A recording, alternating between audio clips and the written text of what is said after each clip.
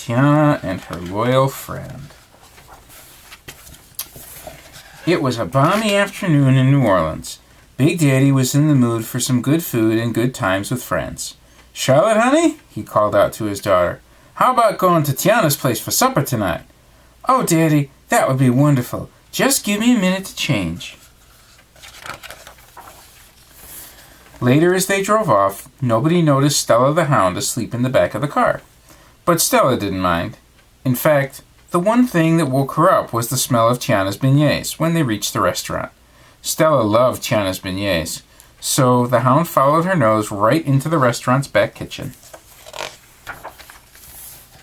"Big Daddy! Charlotte!" Princess Tiana warmly welcomed her friends. "Would you like to sit with my mama?" "Well, I can't think of anyone better to share my supper with than Eudora," Big Daddy replied. Meanwhile, Stella smelled nothing but goodness in the kitchen. "Looky here," shouted one of the cooks. "We have a visitor. Here you go, puppy. Have some of this gumbo. It's a new recipe."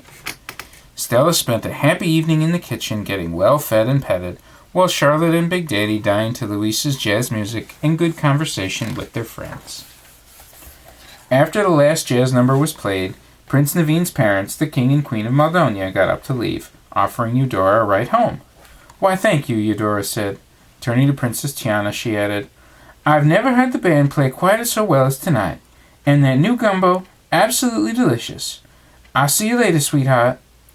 As everyone said their goodbyes, still nobody knew about Stella. Not until Luis entered the kitchen for his evening meal with the rest of the band. "Grrr, woof!" Stella was terrified of the giant alligator. "Oh, now hold on, little dog," Luis spoke to Stella. "I'm not here to eat you. I just wanted a taste of the chef's new gumbo." The kitchen staff backed away. They just heard growls coming from the dog and the gator.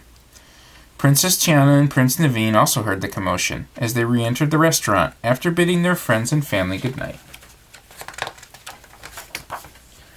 As soon as the prince and princess entered the kitchen, they saw a very frightened Stella plastered against the wall, barking at Luis. "What's going on with you two?" Princess Tiana said, concerned for Stella. "Oh, Stella," Princess Tiana said, gently petting the dog. "It's just Luis. He wouldn't hurt anybody." "That's true," Naveen cried as he put his arms around Luis. "I want Luis? Tiana doll." You do? Mm-hmm. Oh, okay. Well, maybe for your birthday or Christmas. My birthday. Luis, he's nothing but a big guy with a bigger heart. "Go ahead, Stella," Princess Tiana encouraged the dog. "Naveen will hold on to Luis. You can just walk right over to them." Cautiously, Stella walked toward Luis with Tiana by her side. Stella sniffed Luis and then turned back toward the food. Tiana giggled. Naveen giggled. Luis wanted to giggle, but he thought he might scare Stella all over again. It didn't take long for the staff of Tiana's palace to put together a supper made of the evening's leftovers.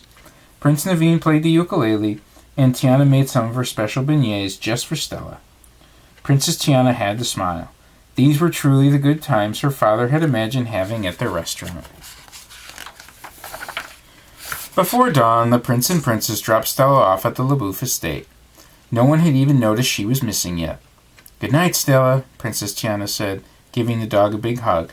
"And don't be a stranger. When I stop by, I expect you to come out and get your own beignets." Stella gave one last woof and went toward the house. She had had the best night of her life. The end.